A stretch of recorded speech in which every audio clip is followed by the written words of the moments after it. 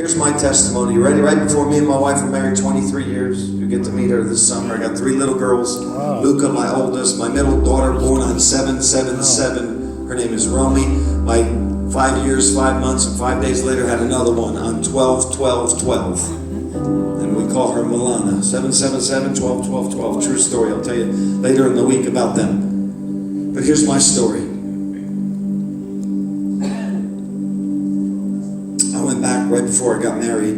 I was in Bible school. I was in secular university. I studied sociology. I studied psych. Then I went to Bible school afterwards. Trained to be an evangelist. I went back, met a girl. We were about to get married. She went back to Minnesota. She's Scandinavian. I went back to New York, New Jersey. And I needed a job because my dad said, if you're going to get married, you need a job. So I got a job at my brother-in-law got me a job at the construction site. It was a construction site, and I was told 6 o'clock in the morning. Raise your hand if you're still with me. Come on, raise your hand tonight. 6 o'clock in the morning, pull up your little sports car, to get out of the sports car. And I was told to get in these big trucks and go down, because it was a 350 home site they were building, so it was a big home site. And it was all rocky, so the little cars would be crushed, you know. So they had these big trucks. And so I pulled up, got out of my car just like at 6 o'clock in the morning, right? These guys start early, these construction. Got out of the car, and I looked over, and all these construction workers. Now in New York, New Jersey, there's a stereotype.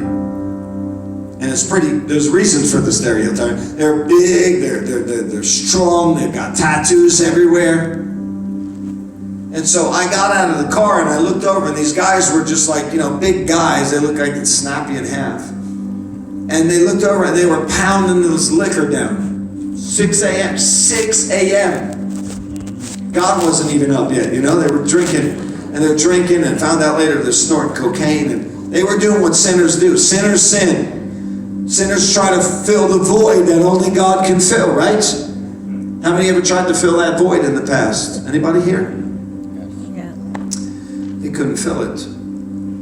And so I looked over 6 o'clock in the morning. My first thought was, God, where did you put me? Why did you put me here? Now here I am studying to be an evangelist. You know, to tell people about Jesus who are lost and going to go to hell. But I was like, God, why did you put me here? And all of a sudden, the next thing you know, because they kind of laughed at me a little bit. And I didn't wear funny glasses then or anything. They kind of just chuckled at me and jumped in their trucks and sped away. And they were my ride. So I just stood there and go, and my first thought was, oh my God, what am I going to do? What am I going to do? Because you know what? In those days, I was so consumed with me. Me, myself, and I were my favorite 3 people. I thought about me. My thoughts were about me. My prayers were about me. My life was about me. Everything was about me.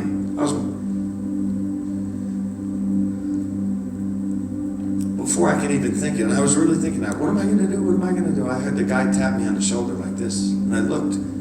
He had long, straggly hair. His eyes were bloodshot. He looked like death. And he says, hey, my name is Frankie.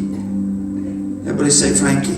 Frankie. No, say it like a New York Italian. Yo, Frankie. Yo, Frankie. Turn to your neighbor and say, yo, Frankie. Yo, Frankie. He said, hey. He said, are you Tommy? I said, yeah. He said, I'm a Frankie. I'm a Frankie. He said, you jump in my truck. He said, forget about these guys. They'll warm up to you. You jump in my truck and I'll take you. And I thought, God came through for me, man. And I'll never forget, I walked over, he had a blue 4x4 truck. It's like an F-150 or something like that. And I got in the car, and as I got in the car, as I get his blue truck, I heard the Lord say something. Tell him